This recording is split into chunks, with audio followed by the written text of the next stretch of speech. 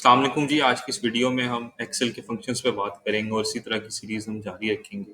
और इसकी मुझे ज़रूरत क्यों महसूस हुई? वो इसलिए कि मैंने अपने करियर में it's been more than 5 years कि I have been working in multiple e-commerce roles and simultaneously I am handling operations role.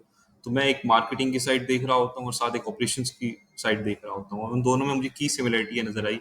In order to progress you have to make data driven decisions. Data driven decisions कैसे आते हैं? For that you have to extract the data and then you have to clean it and process it for your analysis.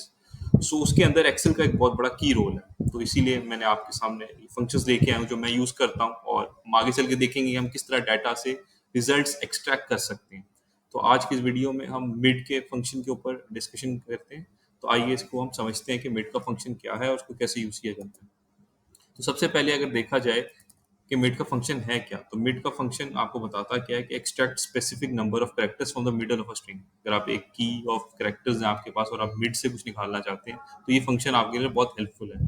इसका syntax समझ लेते हैं। इसका syntax में आपने सबसे पहले इज इक्वल मिड लिखना है, फिर टेक्स्ट लिखना है जिसको आप टारगेट करना चाह रहे हैं और उसके बाद आप स्टार्ट नंबर, कौन सा नंबर से स्टार्ट करना चाह रहे हैं, 1 2 3 किस नंबर से स्टार्ट करना चाह रहे हैं और कितने नंबर ऑफ कैरेक्टर्स चाहते हैं।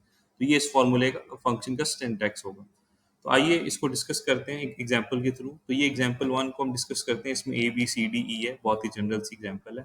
इसका हम फंक्शन सिंटैक्स पहले देख लेते हैं कि हमने मिड लिखा, उसके बाद जी एटीन ये सेल नंबर है। उसके बाद हमने कहा कि हमने थर्ड कैरेक्टर से हमें स्टार्ट करना है, तो ए बी सी।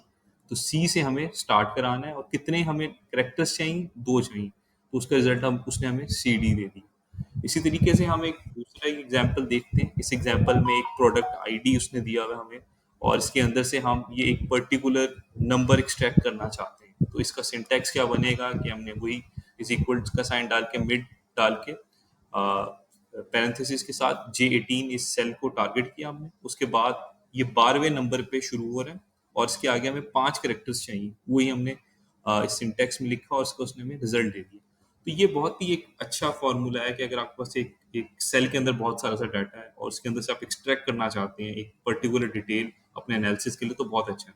इसी तरीके से आप लेफ्ट और राइट का फंक्शन भी इस्तेमाल कर सकते हैं और उसको हम आने वाली वीडियोस में देखेंगे किस तरह से इस्तेमाल कर सकते हैं। तो आज के लिए इतना ही। बहुत शुक्रिया। अल्लाह हाफिज़।